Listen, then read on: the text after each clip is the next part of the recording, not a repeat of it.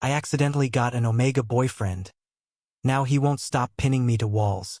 In a world divided into 3 genders, betas lived ordinary lives, free from heats and ruts, making up most of society. Alphas stood at the top, strong, wealthy, and admired. Omegas were rare, cherished, and expected to end up with alphas. That was the order everyone believed in. So explain this to me. Why did I, an average beta office worker, somehow end up dating an Omega? Not just any Omega. My boyfriend was my cold, untouchable CEO. Caleb was the kind of man everyone feared. Sharp suits, sharper eyes, and a presence that could silence an entire boardroom. People whispered that countless alphas had tried to win him over, yet he rejected every single one of them. I still remember that random rainy night. After finishing overtime and dragging myself toward home, I bumped into my boss in the parking lot. He looked like he had been waiting for someone. I planned to just say goodbye and leave. Instead, Caleb looked at me and said he wanted to talk. The next thing I knew, I was sitting inside his car, rain tapping against the windows. Then he turned to me and said, "From today on, you're mine." Shocked? I was too. Who says something like that out of nowhere? At first, I thought it was a joke, but the look in his eyes told me otherwise. Honestly, I was speechless. Why me? For what reason? 100 ridiculous thoughts rushed through my mind. Seeing the confusion on my face, he sighed and clarified. "I want you to be my boyfriend." That only made me more stunned. I could practically feel question marks floating around my head. He simply told me not to overthink it and to agree. And when I asked why me, he said while caressing my hair, "I'll got to know later." And somehow, that was how our dating life began. I kept telling myself he must have been drunk that night, or maybe pulling some strange prank, until he started picking me up from work, taking me to expensive dinners, and giving me that dangerous smile at work. Our relationship was moving faster than a Formula One race car. Within 1 month, he was already pinning me against walls with that same dangerous smile, just like the K-dramas I watched, and whispering things that made my knees weak.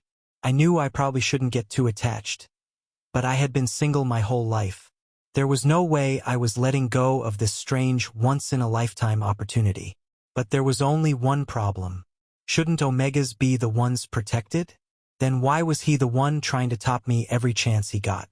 And why did I kind of like it? Anyway, everything was going great until he appeared. Right. The same alpha CEO who had been chasing Caleb for the past year. Owner of one of the biggest companies in the city. Rich, handsome, arrogant, and currently standing in our office lobby staring at me like I had personally ruined his life. I looked behind me to check if maybe he was glaring at someone else. Nope, still me. I gave him an awkward little smile. He looked even more offended. Then he walked straight up to my desk, adjusted his expensive cufflinks, and spoke in a tone dripping with sarcasm. "So, you're the one." I blinked. The one what? The one Caleb chose. He looked me up and down dramatically. Interesting. I expected more. I gasped internally. Was I being roasted in 4K during office hours? I forced a polite smile. And I expected manners, yet here we are. Several nearby employees suddenly became very busy while clearly listening. Ray smirked. Cute. Caleb really does enjoy collecting strange things. Before I could even process that insult, a cold voice cut through the room. Ray. The temperature dropped instantly. Caleb had arrived. He walked over calmly, placed one hand on my shoulder, and looked at Ray with the kind of smile that warned of destruction. "If you're done embarrassing yourself in my company, we can discuss the collaboration meeting." Ray's smirk twitched. "I was only talking, and I'm only being polite," Caleb replied. "Don't test how temporary that is." The entire lobby went silent. Ray glanced at me one last time, then scoffed. "You've changed." Caleb pulled me slightly closer. "No," he said smoothly. "I just upgraded." Ray looked personally attacked. I meanwhile was trying not to faint in front of everyone. Inside Caleb's office, I was pacing back and forth like a man waiting for his execution. This was bad. No, this was catastrophic. What were people thinking right now? They definitely believed I had seduced the boss. That I used some cheap trick to crawl my way into Caleb's life. Because that's how the real world worked, didn't it? People never believed someone ordinary could be loved by someone extraordinary. How could someone like me, an average beta with no status, no power, no dramatic backstory, end up dating someone like Caleb? Honestly, even I couldn't believe it. I still didn't know why Caleb was dating me. An Omega like Caleb. Beautiful, successful, untouchable Caleb. There was no way the office would accept this normally. By tomorrow, rumors would spread through every floor. By lunch, group chats would be exploding. By evening, I'd probably become the main topic of gossip. They'd whisper when I walked past. They'd stare in the elevator. Someone might even trip me in the hallway. My life was over. No, worse. I was about to become the office scandal. Looking at my anxious state, Caleb finally sighed and put down the file in his hand. Stop overthinking. I froze. He stood up, walked toward me, and gently grabbed my wrist before I could continue wearing holes into his carpet. Whatever disaster movie is playing in your head right now, it doesn't matter. I stared at him. They will not bully you, he continued calmly.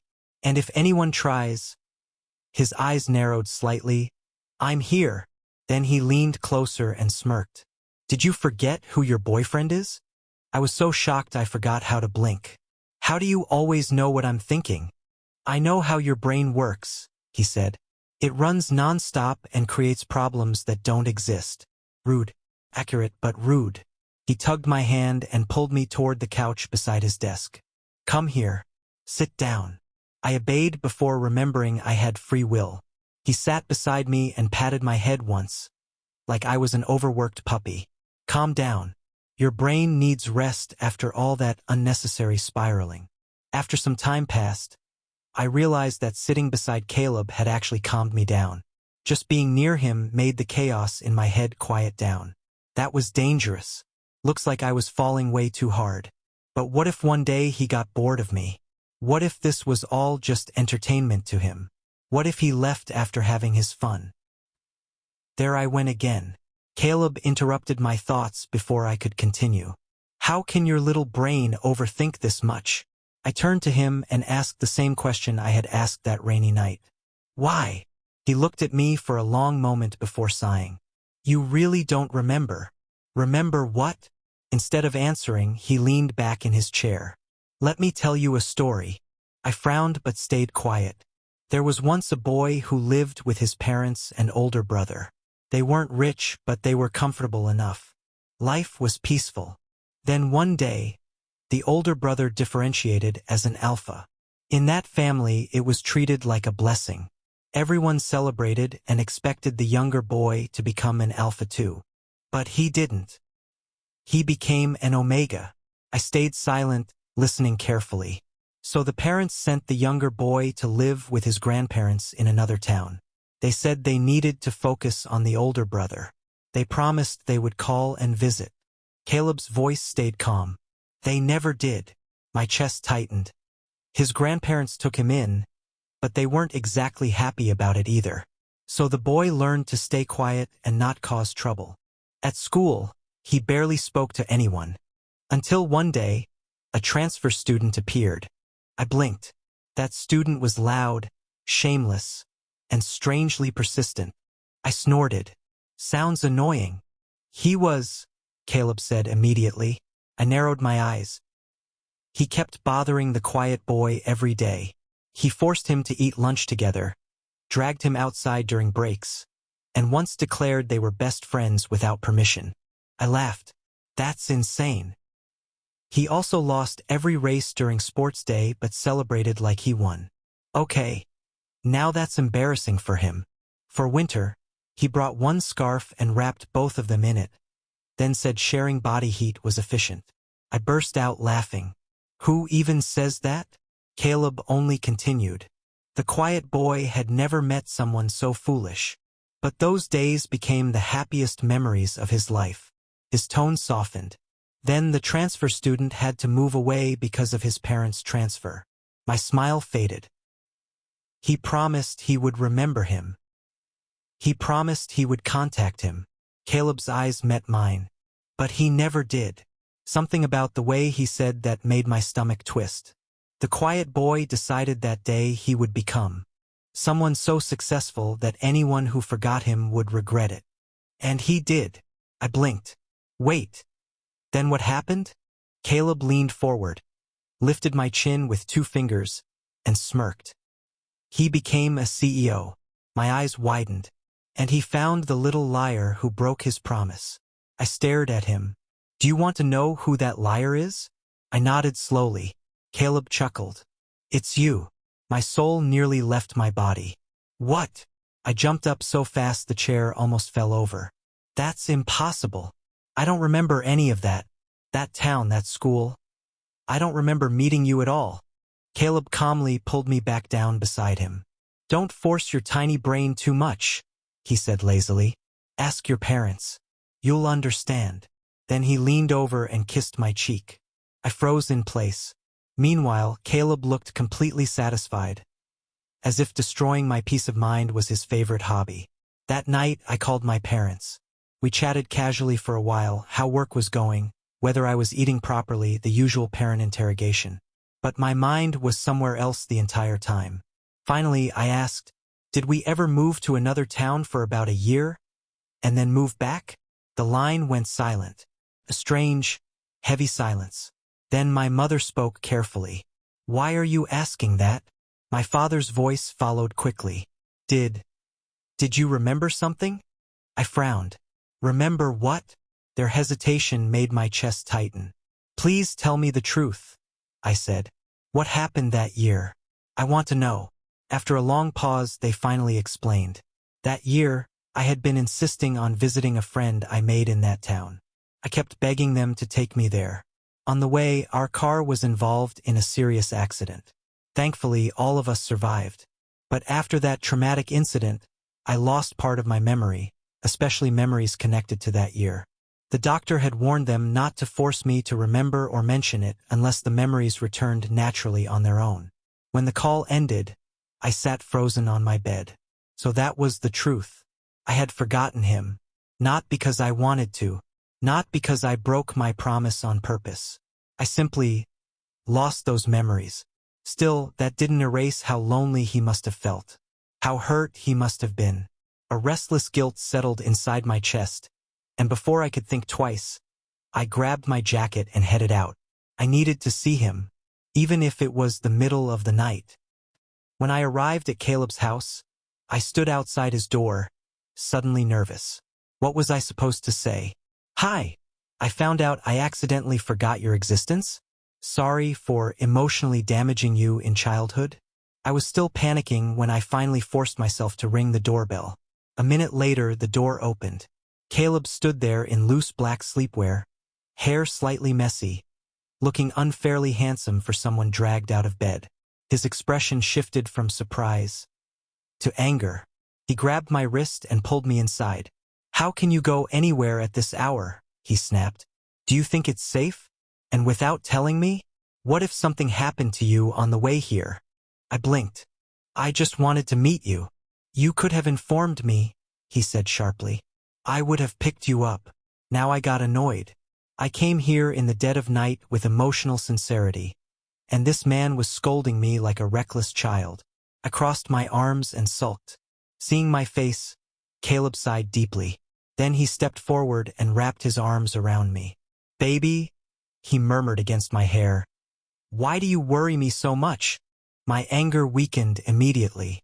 Traitorous heart. He gently guided me toward the sofa. Sit here. I'll make you some tea. Calm down first. I caught his hand before he could walk away. I don't need tea, I said quietly. I just want to talk to you. He studied me for a moment, then sat beside me. All right, he said softly. Tell me. So I told him everything my parents had said. The accident, the memory loss, the doctor's warning. Then I lowered my head. I'm sorry. I still don't remember anything. You must have been really angry when you found me, right?